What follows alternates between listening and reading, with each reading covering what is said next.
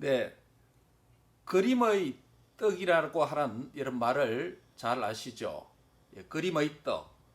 영어로 말하면 pie in the sky 또는 pie in picture라는 말로 표현됩니다. 우리 한국말에도 그림의 떡이다라고 말이 있습니다. 무슨 뜻입니까? 우리에게 유익하고 또 필요하며 그리고 가치가 있는 것이지만 우리의 능력이나 한계 밖에 있기 때문에 우리 손으로 또 우리 자신의 소유로 만들 수 없는 상태나 그러한 사물을 일컬어서 우리가 그림의 떡이다라고 이렇게 관용적으로 부르고 있었죠. 성경에도 그림의 떡과 같은 그런 것으로 비유될 수 있는 것들이 있습니다. 특별히 오늘 본문에서는 무엇이 없으면 그림의 떡과 같다라고 하는 메시지를 오늘 본문이 우리에게 들려주고 있습니다. 무엇이 없으면 그림의 떡이 될까요? 오늘 본문은 참 회개가 없으면 그림의 떡이다. 참 회개가 없으면 참 생명 회복이 없다. 그 참 회개가 없으면 하나님의 복이 없다. 라는 것을 보여주고 있습니다. 오늘 본문 24절에 따르면 이후에 아람 왕 벤하닷이 그의 온 군대를 모아 올라와서 사마리아를 애워싸니라고 말씀하고 있습니다. 여러분 24절의 말씀을 읽고 들을 때에 엘리사 내러티브를 통해서 매주 말씀을 상고하는 우리에게 어떤 질문이 생기지 않습니까? 24절의 말씀을 읽을 때에 우리는 두 가지 의문스러운 질문을 가질 수가 있습니다. 첫 번째 질문은 무엇이겠습니까? 바로 앞구절인 23절과 비교할 때 제기될 수 있는 질문입니다. 즉 바로 앞에 23절 6장 23절 마지막에 보면 어떤 말씀이 있습니까? 이로부터 아람 군사의 부대가 다시는 이스라엘 땅에 들어오지 못하니라 라고 그렇게 기록해 나왔습니다. 그런데 이어진 오늘 본문 24절에는 다시 아람 군대가 이스라엘 땅을 침범했다라고 기록하고 있습니다. 모순되지 않습니까? 그것도 이스라엘의 수도인 사마리아 성을 포위까지 했습니다.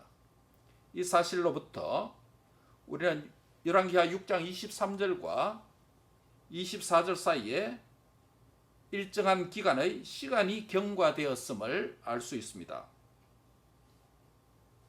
그리고 우리가 제기할 수 있는 또 다른 두 번째 질문은 이것입니다. 열왕기하 6장 12절에 따르면 아람 왕의 신하가 아람 왕에게 한 말이 있는데 여러분 기억하시나요? 6장 12절 오직 이스라엘 선지자 엘리사가 왕의 침실에서 하신 말씀을 이스라엘 왕에게 알려서 전쟁을 방비하고 이스라엘이 승리하고 우리가 패배하게 되었습니다 라는 말입니다. 하나님의 전지하심의 그 능력이 엘리사를 통해서 아람 군대의 비밀의 침략 정보를 미리 알고 방비한 적이 한두 번이 아니었다라고 그렇게 했습니다. 그런데 오늘 본문 24절에서 아람 군대가 침입하고 그것도 수도 사마리아 성을 포위할 지경까지 이르렀는데 지금 엘리야는 어디에 있었고 엘리야는 무엇을 하고 있었냐 말입니다. 추정컨대 이번의 이 경우는 하나님의 주권 안에서 아람의 침입이 허용된 것 같습니다. 허용된 하나님의 뜻 안에서 일어난 아람의 이스라엘 침입의 일을 통해서 하나님께서 자기 백성들에게 또는 대적들에게 하실 일이 있다는 것을 우리가 추정해 볼 수 있습니다. 그것이 무엇일까요? 그것이 바로 오늘 우리 설교 요지의 내용입니다. 참 회개가 생명의 회복 길이다 라는 이 메시지를 자기 백성들에게 가르쳐 주고 싶은 것입니다. 이 메시지를 가르쳐 주시기 위해서 전지하신 하나님께서 아람의 침입 계획을 다 알고 있음에도 이번에는 모르게 했습니다. 한번 같이 할까요? 참 회개가 생명의 회복의 길이다. 참 회개가 생명의 회복의 길이다. 역으로 말하면 참 회개가 없으면 생명의 회복의 길이 없다는 것이에요. 그림의 떡일 수밖에 없다는 것입니다. 참 회개가 없으면. 본문 25절에서 아람 군대가 사마리아를 포위한 결과를 설명하고 있습니다. 하나님의 주권적인 뜻 안에서 허용되어서 아람 군대가 이스라엘을 침입하고 사마리아를 포위한 결과로 이스라엘에게 어떤 일이 일어났습니까? 사마리아 성중이 크게 줄였다. There was a great famine in Samaria. 사마리아에 큰 기근이 생겼다. 줄였다. 굶주림이 있었다. 라고 말합니다. 사마리아 성 전체가 줄여서 발생한 상황을 어떻게 묘사하고 있습니까? 그 상황을 본문은 경제적으로 묘사합니다. 포위된, 그래서 고립된 사마리아 성 안에서는 수요 공급의 법칙이 적용되는 시장 경제의 현물 가격으로 그렇게 상황을 묘사합니다. 무엇입니까? 25절이죠. In verse 25. 나귀 머리 하나에 은 80세겔이 되었고 비둘기 똥 4분의 1 갑에 은 5세겔이 되는 물가 폭등의 상황이 발생했습니다. 현재 물가의 수치가 사마리아 성의 기근의 상황을 수량적으로, 수치로, 구체적으로 보여주고 있는 것입니다.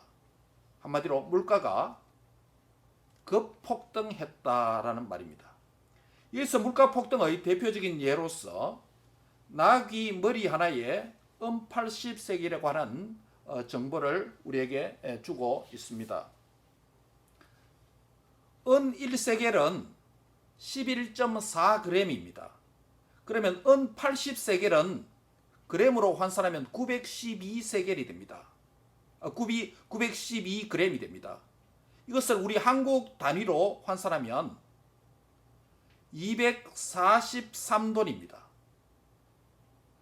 은 한 돈의 현시가로 제가 어저께 저녁에 계산해 보니까 팔 때와 살 때 가격이 차이가 있기 때문에 대략 2,600원으로 계산할 수 있습니다. 은 한 돈의 가격이.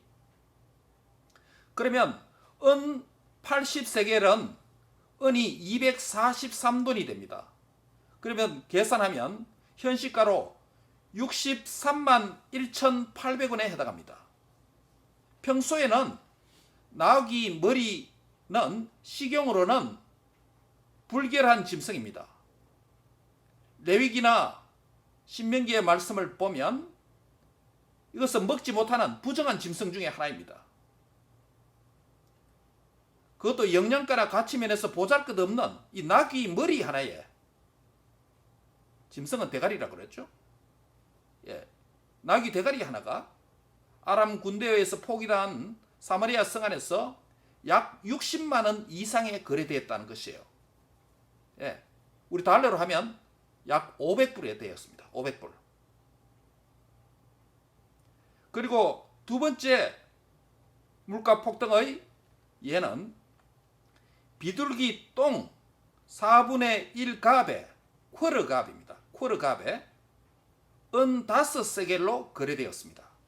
여기서 갑이라고 하는 이 단위는 액체나 고체의 부피의 단위인데 1갑은 1.3리터에 해당합니다. 1.3리터. 그러면 비둘기 똥 4분의 1갑은 리터로 환산하면 0.325리터입니다. 이 양이 어느 정도 되냐면 작은 컵으로, 아주 작은 컵으로 한 컵 정도의 양밖에 되지 않습니다. 그러면 비둘기 똥 4분의 1갑은 비둘기 똥 우리 그 작은 컵에, 한 컵에 5세겔, 5세겔로 거래되었습니다. 가격이. 아까 말씀드린 대로 은 5세겔이 되면 은 15돈이 됩니다. 현시가로 환산하면 비둘기 똥 4분의 1갑은 39,000원입니다. 약 4만 원입니다. 달러로 하면 약 32달러 정도 됩니다.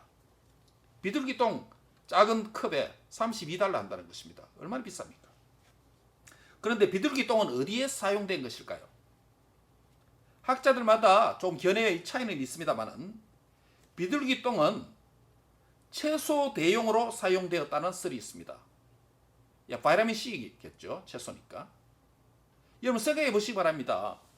이 아람 군대에서 사마리아 성이 포위되니까 사마리아 성이 완전 고립되지 않습니까?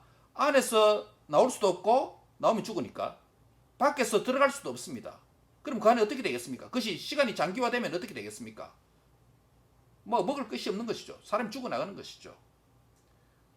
그러니까 뭡니까? 바이타민 C 공급이 안 되니까 입안에 각기병이 생기고 비타민 C가 부족하면 그런 일이 벌어지지 않습니까?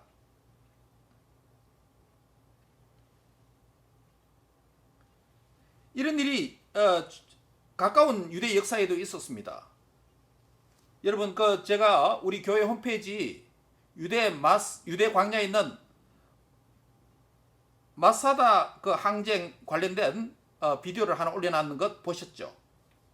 유대 광야에 마사다라고 하는 큰 높은 산과 같은 지역이 있습니다. 예루살렘이 로마의 디도 장군에 의해서 70년에 함락될 때 유대인 약 1,000명이 유대 광야에 있는 예루살렘에서 130km 거리에 떨어진 광야의 마사다라고 하는 천년 요새로 도피합니다. 거기서 3년간 항쟁합니다.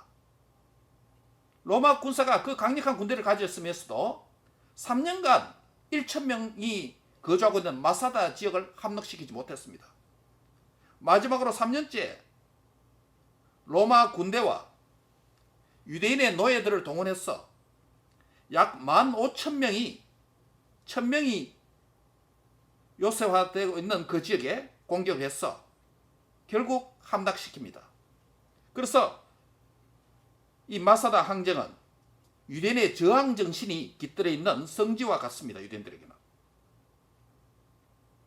그런데 그 마사다 지역의 유적을 보면 돌을 파서 비둘기 집을 만들어 놓은 것을 보게 됩니다. 여러분께서 그 비디오 꼭 한번 보시기 바랍니다. 한 번 더.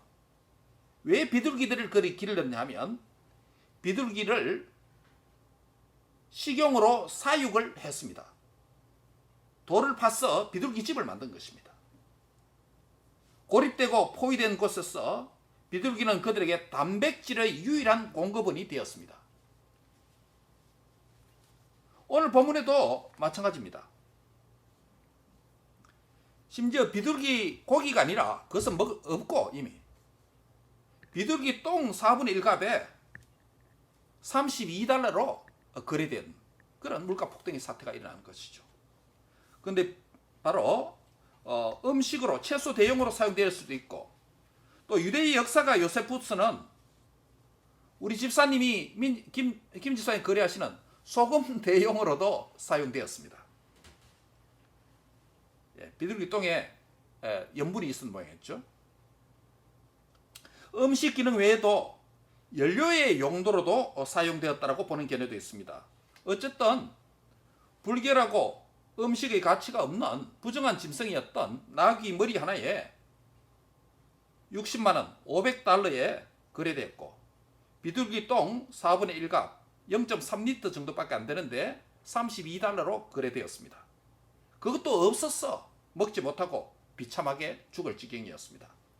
이런 상황은 고대 이스라엘에게만 있었던 내용이 아닙니다. 사건이 아닙니다.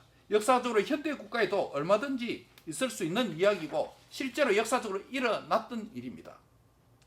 예를 들면 1931년도에서 1945년도까지 중국과 일본이 전쟁을 했습니다. 그것을 우리가 역사적으로 중일전쟁이라고 부릅니다. 중일전쟁 당시 1942년에 중국 허난성 대기근 때에 300만 명, 30million 이상이 굶주려 죽었던 역사가 있습니다. 당시 중국 사람들은 먹을 것이 없어서 여러분 그 쿠션 있죠? 베개. 베개 요즘은 스펀지 뭐 이런 거를 고급 소재로 쓰지만은 옛날에는 그 베개 안에 뭘 넣었습니까? 쌀 껍질, 덩개를 넣었어요. 베개 안에 또 말 한 장에 채워 넣었던 묵은 쌀 껍질, 살 기어까지 꺼내서 음식으로 먹었습니다. 전쟁 전에는 0.6위안 정도 하던 밀 한 근의 값이 1943년 봄이 되자 300위안으로 가격이 폭등했습니다. 음식 비용이, 그로스리 비용이 수백 배 이상 치솟아 올랐습니다. 똑같은 상황입니다. 오늘 본문 같은. 당시 사람들은 촉은 목피, 풀뿌리와 나무 껍질, 기러기 똥으로 먹으면서 연명을 했고 배고픔을 잊기 위해서 심지어 흙까지 먹었습니다. 공복감이 심하니까 흙을 먹어서 배를 채운다는 거죠. 여러분 이런 게 있습니다. 북한의 고난의 행군 때도 어린아이들이 먹을 것이 없어서 진흙을 먹어서 창자 안에서 가득 채워서 포만감을 느끼도록 배 안 고프도록. 그래서 죽은 아이들이 참 많습니다. 우리 북한 사람들 간증 들으면요. 진흙이 들어가면 먹을 때는 포만감이 있기 때문에 배는 부른 것 같은데 그게 소화가 안 되잖아요. 창자리 굳어서 죽어버린 거죠. 비참한 상황입니다.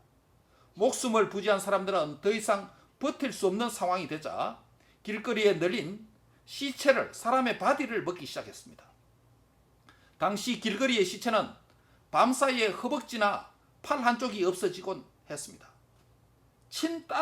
자기 딸을 먹어 치운 부부가 잡히기도 했습니다. 기존 고기 맛과 좀 다른 냉동한 고기들이 유통되기 시작했는데 만두를 파는 노점이나 솥요리, 그러니까 곰탕류 이런 거죠. 솥요리를 지고 돌아다니는 장사꾼들이 파는 음식을 먹다가 음식에서 사람의 손톱이 발견되는 일도 종종 있었다고 합니다. 다 인육이죠. 사람의 고기입니다. 사람의 몸을, 인육을 식사 대용으로 사용한다는 것은 그 사회가 최악의 상황이 되었다는 것을 의미합니다.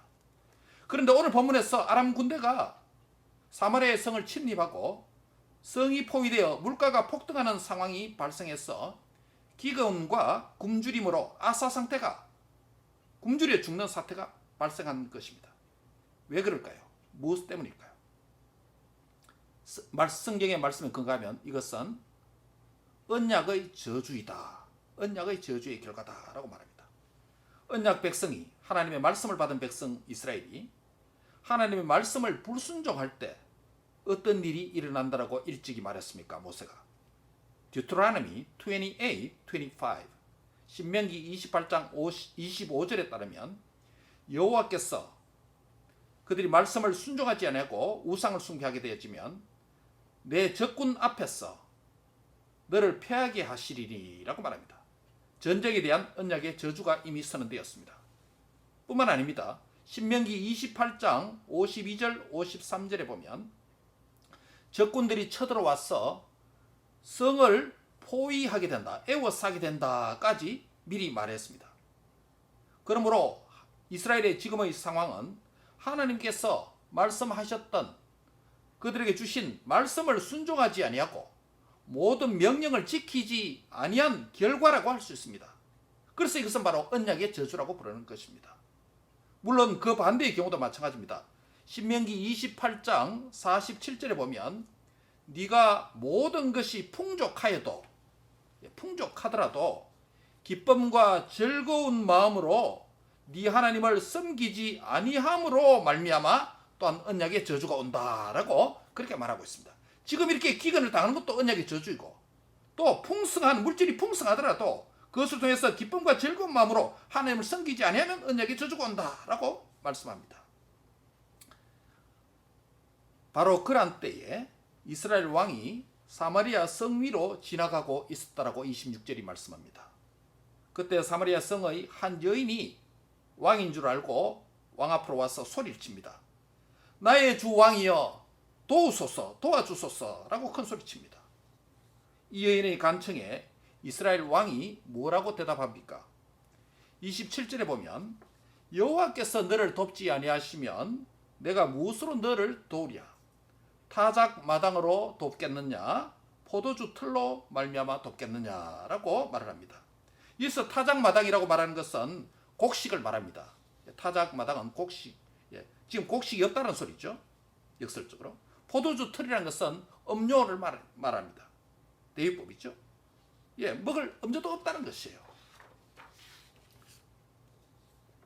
이스라엘 왕 자신도 어떻게 이 상황을 할 수 없다는 말입니다. 어떤 곡식도 없고 어떤 음료도 제공할 수 없는 사마리아의 성 안에 있는 바로 절망적인 상태를 왕도 표현을 했습니다. 그 여인은 왕에게 그녀에게 최근에 있었던 일을 이야기하기 시작합니다. 28절 29절에 보면 그녀는 그녀의 이웃의 친구 여인과 옆집 아줌마와 어떤 약속을 합니다. 두 여인의 약속의 내용이 이러합니다. 오늘은 내 아들을 잡아서 먹고 내일은 너의 아들을 잡아서 먹자 라고 두 여인이 약속을 했습니다. 두 엄마가 약속을 했어요. 그래서 하루는 한 여인의 아들을 잡아서 먹었습니다. 그런데 하루가 지나서 다음 날에 다른 여인은 자기 아들을 잡을 차례인데 차마 그렇게 할 수 없었어. 그 여인은 자기 아들을 어디에 숨겨버렸습니다. 그래서 화가 난 이 여인은 자기의 상황을 사마리아 성 위를 지나고 있는 왕에게 말하여서 도와달라고 말한 것입니다. 극도의 비참의 상황을 설명하고 있는 것입니다. 이 상황도 다름이 아니라 언약의 저주의 결과입니다. 신명기 28장 53절에 한번 보시기 바랍니다. Deuteronomy 28:53 여호와의 말씀을 순종하지 아니하고 그 명령을 지키지 아니하면 어떤 일이 난다고 했습니까? 내 하나님 여호와께서 내게 주신 자녀 곧 내 몸의 소생의 살을 먹을 것이다. 예, 자녀의 살을 먹을 것이다. 자녀의 이 바디를 먹을 것이다. 그리고 신명기 28장 57절에도 보면 자기 다리 사이에서 나온 태와 자기가 낳은 어린 자식을 남 몰래 먹으리니 라고 말합니다. 레위기 26장 29절에도 보면 너희가 아들의 살을 먹을 것이요 딸의 살을 먹을 것이다. 이 사건이 있기 전 약 800~900년 전에 모세를 통해서 언약의 말씀을 통해서 미리 경고를 했습니다.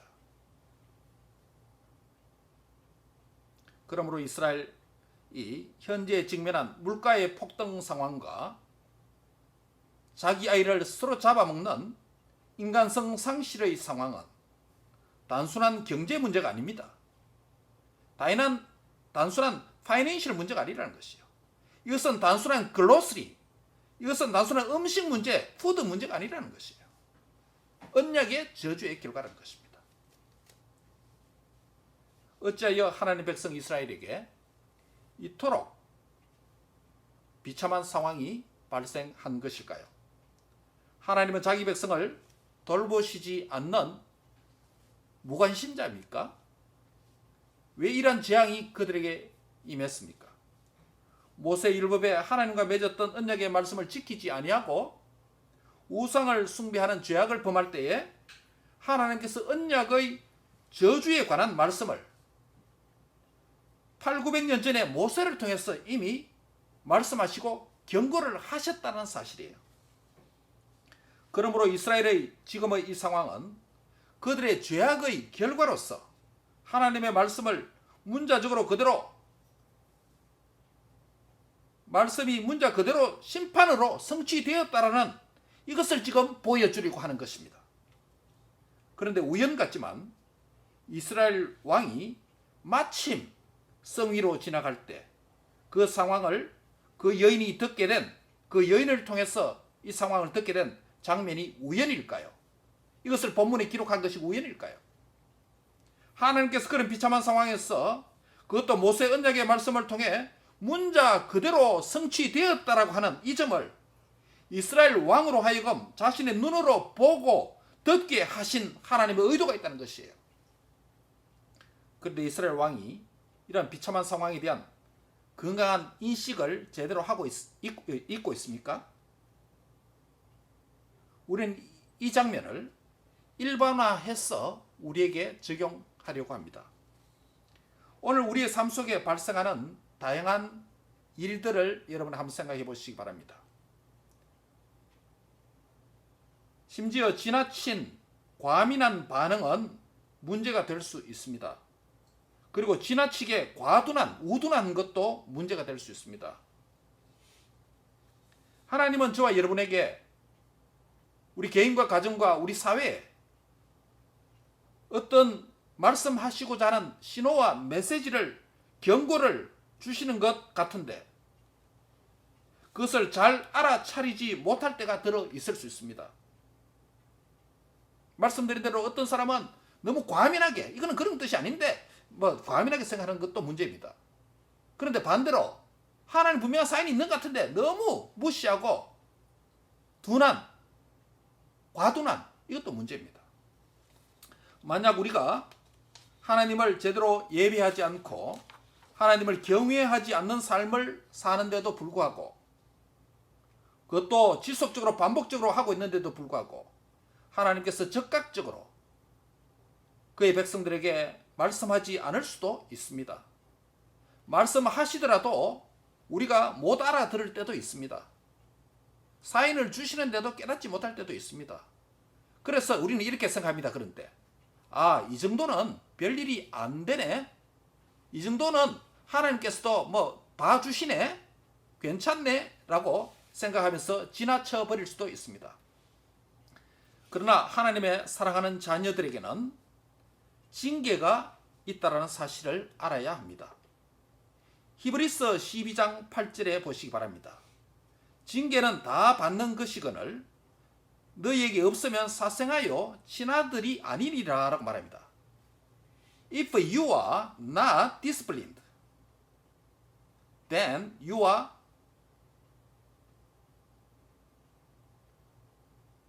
illegitimate children and not true sons.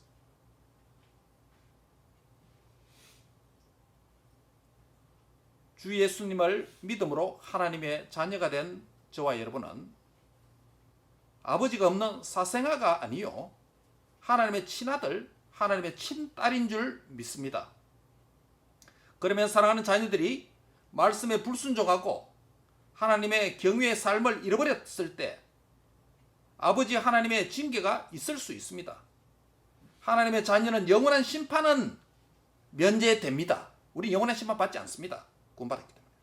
그러나 현재적으로 이 땅에서 아들이기 때문에, 딸이기 때문에, 사생아가 아니기 때문에 징계가 있을 수 있다는 것입니다. 디스플린 차원에서.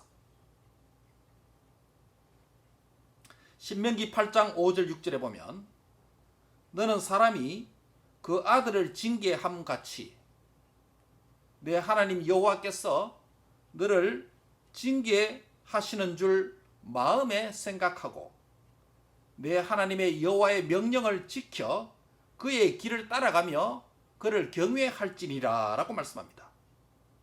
잠언에도 보면 내 아들아 여호와 하나님의 징계를 경히 여기지 말라, 가볍게 여기지 말라, 그 꾸지람을 싫어하지 말라라고 말씀합니다.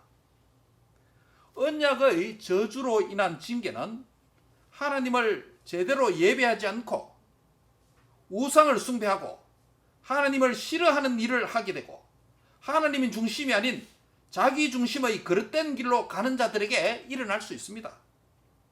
말씀을 반복적으로 주시는데도 불구하고 불순종하는 자에게는 하나님의 징계가 있습니다. 징계를 받을 때 하나님의 징계의 손길을 깨닫는 그런 은혜가 있기를 바랍니다. 사랑하는 자녀이기 때문에 징계를 주시기 때문에 깨달아야 됩니다. 너무 과도한 건 문제입니다. 하나님의 징계를 은혜로 여기고 돌이킬 수 있는 기회로 삼아야 됩니다. 그때는 하나님께로 돌아갈 기회가 되어야 됩니다. 하나님을 가까이 하는 은혜의 때로 삼아야 되는 줄 믿습니다. 그런데 이스라엘 왕은 어떤 반응을 보였습니까? 아이를 잡아먹는 비참한 이 말을 들은 이스라엘 왕은 어떤 일을 했습니까? 자기 옷을 찢습니다. 그리고 굵은 베옷을 입습니다. 옷을 찢고 굵은 베옷을 입는 행위는 극한 슬픔을 표현하는 당시의 종교 문화적인 표현 방식이었습니다. 때로는 회개의 표시가 되기도 했습니다. 때로는 분노의 표시가 되기도 했습니다. 그런데 지금 이스라엘 왕은 자신과 이스라엘의 우상 숭배의 죄악을 진심으로 회개하지 않는 것 같습니다. 단순한 분노의 표시로, 비참한 표시로 옷을 찢고 굵은 베옷을 입게 된 것입니다. 진심의 회개가 없다는 것입니다. 왜 그렇습니까? 이어지는 본문 31절의 말씀이 증거가 있습니다. 이스라엘 왕은 사바스의 아들 엘리사의 머리가 오늘 그 몸에 붙어 있으면 하나님이 내게 벌 위에 벌을 내리실 줄다 라고 31절에 말합니다. 이게 무슨 뜻입니까? 여기서 이스라엘 왕이 엘리사의 머리를 언급한 것은 나귀 한 마리 머리 가격보다 못한 대우를 받는 것 같습니다. 하나님의 선지자를 나귀 머리 하나, 부정한 짐승인 나귀 머리 하나보다 못한 취급을 하는 것 같습니다. 왕의 그 말의 의미는 오늘 안에 내가 엘리사의 목을 반드시 잘라서 죽이겠다는 의미입니다. 그것도 하나님의 이름을 덜먹여서 맹세까지 합니다. 27절이죠. 여호와께서 너를 돕지 아니하시면 내가 무엇으로 도우랴라는 여기도 하나님의 이름을 언급한 적이 있습니다. 이 말은 매우 이스라엘 왕이 신앙적인 사람같이 들립니다. 신앙적인 말을 하는 것 같습니다. 왜? 하나님의 이름을 들먹입니다. 하나님께서 돕지 않으시면 내가 어째 너를 돕냐? 이렇게 말합니다. 여러분 이 말씀이 말만 들으면 야 이스라엘 왕 믿음 좋네 이렇게 말합니다. 왕은 여호와라는 하나님 이름을 언급하고 하나님께서 진정한 도움이 된다라고 말하는 것 같습니다. 여기 31절에서 하나님의 말씀을 전한 엘리사 선지에 대한 저주와 분노의 표현으로서 하나님의 이름을 언급했습니다. 여기서 왕은 결코 하나님을 존경하거나 하나님을 경외하고 믿는다는 의미로 하나님의 이름을 부르는 것이 아니에요. 도리어 그는 하나님의 이름과 언약의 말씀을 배반하고 자신과 이스라엘로 하여금 우상 숭배의 죄악을 범해왔던 자였습니다. 한마디로 요약하면 왕이 옷을 찢고 굵은 베옷을 입고 하나님의 이름을 부르고 있는데 그러나 이것은 겉옷만 찢고 외모와 입술만의 회개이지 이건 회개가 아니라 분노예요. 마음을 찢는 진실한 회개가 없는 것입니다. 비참한 상황에 대한 분노이지만 죄에 대한 분노는 아닙니다. 다른 사람 곧 엘리사를 죽이겠다. 엘리사에 대한 분노이지만은 자신의 죄악에 대한 분노는 아닌 것입니다. 참된 회개는 상황이나 환경이나 다른 사람을 탓하는 것이 아니에요. 참된 회개는 내가 죄인이고 나의 죄의 탓이다라고 고백할 때 참된 회개입니다. 참된 회개는 다른 사람에 대한 분노보다는 죄악에 잘 넘어지는 자기 자신에 대하여 분노를 하는 것입니다. 참된 회개는 사람에 대한 정오보다는 죄에 대하여 미워하는 것입니다. 죄에 대한 미움입니다. 이런 점에서 이스라엘 왕은 거짓 회개, 형식적인 회개, 외식적인 회개를 했다라고 할 수 있습니다. 즉 그는 참된 회개를 하지 않고 있습니다. 도리어 분노만 표출했습니다. 역으로 말하면 형식적이고 외식적인 회개는 자신에 대한 분노보다 환경을 탓하는 것입니다. 형식적인 회개는 자신에 대한 분노보다는 타인에게 분노를 표현하는 것입니다. 형식적인 회개하는 사람은 죄에 대한 미움, 정오보다 사람을 미워합니다. 사람에게 분노하고 정오하면 결국 마태복음에 예수님께서 말씀하신 대로 사람을 미워하는 것은 살인의 죄다라고 말하는 것입니다. 그러므로 외식적이고 형식적인 회개는 죄의 문제를 저주의 문제를 푸는 것이 아니라 도리어 다른 죄를 짓도록 연쇄적으로 범죄하도록 더 깊은 죄악의 구덩이로 빠지게 만든다는 것이에요. 그래서 참된 회개가 얼마나 중요하다는 것을 우리에게 보여줍니다. 가짜 회개, 거짓 회개는 더 깊은 죄악을 짓도록 만듭니다. 형식적이고 외식적인 회개를 한 도리어 분노를 표현한 이스라엘 왕은 이제 선지자 엘리사를 죽이려는 또 다른 죄악을 범하기 위해서 발걸음을 서서히 옮기고 있는 중입니다. 형식적인 외식적인 종교 생활이 신앙생활에서 얼마나 위험한 독버섯과 같은지 우리에게 잘 보여주고 있습니다. 그래서 이스라엘 왕은 이제 엘리사를 잡아 죽이기 위해서, 그의 목을 베기 위해서, 목을 따기 위해서 발걸음을 옮기기 시작하고 있습니다. 32절에 보면. 한편 이때 엘리사는 어디에 있습니까? 엘리사는 엘리사의 집에서 사마리아의 성에 거주하는 뜻있는 여러 장로들과 함께 앉아 있었습니다. 아마 장로들이 이 위기를 어떻게 극복할 것인지 엘리사에게 방문해서 이 위기를 어떻게 할까라면서 엘리사에게 자문을 구하고 있었던 것인 것으로 보여집니다. 이스라엘 왕은 그의 신하 사자를 엘리사에게 보냅니다. 그리고 왕도 엘리사의 집을 향하여 뒤따라오고 있습니다. 이 사실을 엘리사는 미리 보고 미리 알았습니다.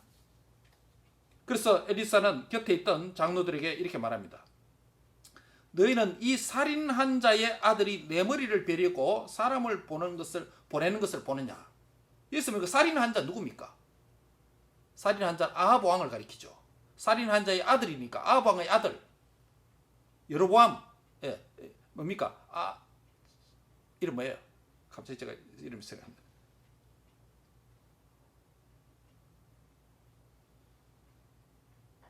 바로 그 아들 왕입니다. 내 머리를 베려고 사람을 보낸 것을 보느냐? 너희는 엘리사는 이미 본다는 거죠. 그 오늘 오고 있는 장면을. 그 장로들이 안 보였지만 너희는 보다가 사자가 오거든 문을 닫고 문 안에 들이지 말라. 문 열어주지 말라. 그리고 그 주인의 발소리가, 그 왕의 발소리가 그 뒤에서 따라오고 있다. 들리지 아니하느냐라고 말합니다. 아직 이들이 오지 않았지만, 보이지 않았지만 엘리사는 신비한 능력으로 이미 알고 보았던 것이죠. 이것을 볼 때 아람 왕이 그의 침실에서 한 은밀한 말조차 알아듣는 엘리사 선지자의 능력은 전혀 녹슬지 않았다는 것을 우리가 여기서 확인하게 됩니다. 아람 군대가 이스라엘을 침범하고 사마리아의 성을 포위한 것도 엘리사가 이미 알고 있었으나 이번 경우는 하나님께서 내버려 두신 것으로 우리가 판단할 수 있는 근거가 바로 여기에 있습니다. 엘리사는 녹슬지 않았어요. 그 스텔스 무기. 영적인 보는 것, 미리 보는 것. 그래서 이 사건이 하나님 주권 안에서 발생했다는 것이에요. 이스라엘 백성들에게 왕에게 하시고자 하는 말씀 메시지를 있기 때문에. 어쩌면 이스라엘 왕은 아람 군대가 침략하면 어련히 전에처럼 엘리사가 알려주겠지라고 그렇게 어련히 생각했는지도 모릅니다. 전에도 그랬으니 당연히 엘리사가 그러할 것이다라고 왕은 생각했을지도 모릅니다. 이것이 영적인 나태함이요 영적인 방종입니다. 자신은 죄악을 계속 지으면서 죄악된 삶을 고치고 회개하지는 않으면서 이 정도의 죄악을 범해도 하나님께서 나에게 특별한 반응을 보이지 않으니 괜찮네 라고 생각했을 것입니다. 이런 의미에서 우리는 하나님의 침묵을 두려워해야 됩니다. 하나님의 침묵은 하나님의 죽음이 아닙니다. 하나님의 반응이 없으면 하나님의 부재가 아닙니다. 하나님이 없는 것이 아니죠. 하나님은 모든 것을 알고 계시는 전지하신 분이라는 것을 다시금 이 시간 기억할 수 있기를 바랍니다. 시간이 조금 흘렀습니다. 왕의 사자가 엘리사의 집에 도착했다라고 33절이 말합니다. 왕도 뒤따라서 도착한 것 같습니다. 33절에 보면 왕이 이런 말을 합니다. 이 재앙이 여호와께로부터 나왔으니 어찌 더 여호와를 기다리겠느냐라고 말합니다. 이 말을 한 주어가 한글 성경은 왕이라고 되어 있지만은 히브리 원문은 그라고 되어 있습니다. 대명사로 되어 있습니다. 그래서 어떤 번역들은 그라고 하는 주어를 엘리사를 의미하는 것으로 번역을 해놓은 것도 있습니다. 왜냐하면 33절에 있는 이 재앙이 여호와께로부터 나왔으니 어찌 더 여호와를 기다리리요라는 말이 아주 믿음 있는 말같이 들리기 때문입니다. 그러나 그건 잘못된 것이죠. 그러나 한글 성경은 그라고 하는 히브리 대명사 주어를 왕으로 번역했습니다. 왕이 이 말을 했다면 이런 것이 됩니다. 이것은 하나님을 경외하거나 존경하는 말이 아니라 이 재앙이 여호와께로부터 나왔다 이 말은 하나님을 존경하는 말이 아니라 하나님의 신성과 능력과 하나님의 뜻을 비난하고 모독하는 말이 됩니다. 이 재앙이 여호와께로부터 나왔으니 라고 하는 앞부분은 하나님의 섭리와 하나님의 뜻이라는 의미로 표면적으로는 그렇게 들립니다. 그리고 후반부에 보면 어찌 여호와를 더 기다리리요 라고 하는 이 말은 하나님의 섭리와 뜻을 더 이상 기다릴 수 없다라는 말이 됩니다. 만약 그가 이 재앙이 정말 하나님으로부터 왔다고 믿었다면 하나님께 회개하고 긍휼을 구하면 되었을 것입니다. 그러나 그는 그런 의도로 말한 것이 아니었다는 것입니다. 그렇다면 왕의 이 말은 무엇을 의미할까요? 지금 이스라엘이 당하는 작금의 위기는 아람 군대의 포위 상황에서 벌어진 일입니다. 그러나 더 정확하게 말하면 이스라엘의 범죄로 인한 하나님의 심판이었습니다. 언약의 저주였습니다. 엘리사는 하나님의 심판을 선언하고 회개를 선포했을 것입니다. 그 응답으로 뜻있는 장로들이 지금 엘리사의 집에 방문해서 자문을 구하고 있는 것입니다. 그런데 이스라엘 왕의 그 말은 그러한 회개와 바른 말을 하나님의 말씀을 선포한 엘리사를 통해 전달된 하나님의 말씀을 비웃고 모독하는 행위가 된 것입니다. 그래서 이스라엘 왕은 이 재앙이 여호와께로 나왔으니 라고 말을 하는데 이 말은 하나님의 심판의 말씀을 선포한 엘리사에게서 이 재앙이 나왔다라는 이런 말이 됩니다. 결국 재앙이 하나님께로 왔다 이 말을 바꿔 말하면 뭡니까? 이 재앙이 누구로부터 왔다? 엘리사 때문에 왔다라는 말이 됩니다. 엘리사에 대한 미움을 표현합니다. 분노를 표현합니다. 그래서 엘리사의 목을 베겠다는 거 아니에요. 어찌 더 여호와를 기다리리요 라고 하는 말은 하나님의 말씀을 선포하고 회개를 촉구하고 그러한 말을 한 엘리사를 더 이상 기다릴 필요가 없이 오늘 내가 가서 그의 목을 베겠다라는 말이에요. 이 말은 여러분 신앙의 말이 아니에요. 이거요. 말 문제적으로 잘 보면 이게 아주 믿음 있는 말같이 들립니다. 하나님의 이름을 부릅니다. 하나님이 주권적으로 일어났다고 말합니다. 주권에서 일어났다고 말하는 것 같습니다. 전혀 그런 말이 아니에요. 이 왕의 이 말은요. 엘리사를 오늘 내로 내가 죽이겠다고 하는 강한 의지를 강조하는 표현이에요. 이스라엘 왕은 조금 전에 사마리아의 성을 지나다가 두 여인의 상황을 들은 후에 분노하면서 맹세한 적이 있죠. 그것이 무엇이었습니까? 엘리사의 목을 베는 일을 지팡하겠다. 오늘 내로 하겠다. 내가 그의 목을 베지 않으면 하나님께서 나에게 벌을 내리고 또 내리기를 원한다. 맹세까지 하면서 엘리사를 죽이겠다는 것이에요. 엘리사를 더 지체지 않고 당장 죽이겠다는 말을 한 것이죠. 그러므로 이스라엘의 왕의 이 말은 하나님 자신과 하나님 말씀과 뜻을 정면으로 맞서고 부정하는 행위를 의미하는 것이 되는 것입니다. 사랑하는 새 언약 백성이 된 형제 자매 여러분, 하나님의 보이는 징계를 우리 삶 속에서 일어난 일들을 통해서 하나님께서 보여주시는 나에게 말씀하시고자 하는 메시지, 하나님의 보이는 징계를 제대로 깨닫는 은혜가 있기를 바랍니다. 또 하나 있습니다. 하나님의 보이지 않는 침묵의 의미를 깨닫는 은혜가 있기를 바랍니다. His visible discipline and invisible silence of God. 이것을 제대로 깨닫는 자가 하나님을 경외할 수가 있다는 것입니다. 이것을 제대로 깨닫는 자가 하나님의 은혜를 다시금 회복할 수가 있고 하나님의 사랑을 계속 엔조이하고 누릴 수가 있다는 것입니다. 여러분의 모든 삶의 영역에서 여러분 자신이 주인된 삶을 내려놓고 하나님이 중심이 되고 하나님이 주인 되고 하나님이 왕이 되는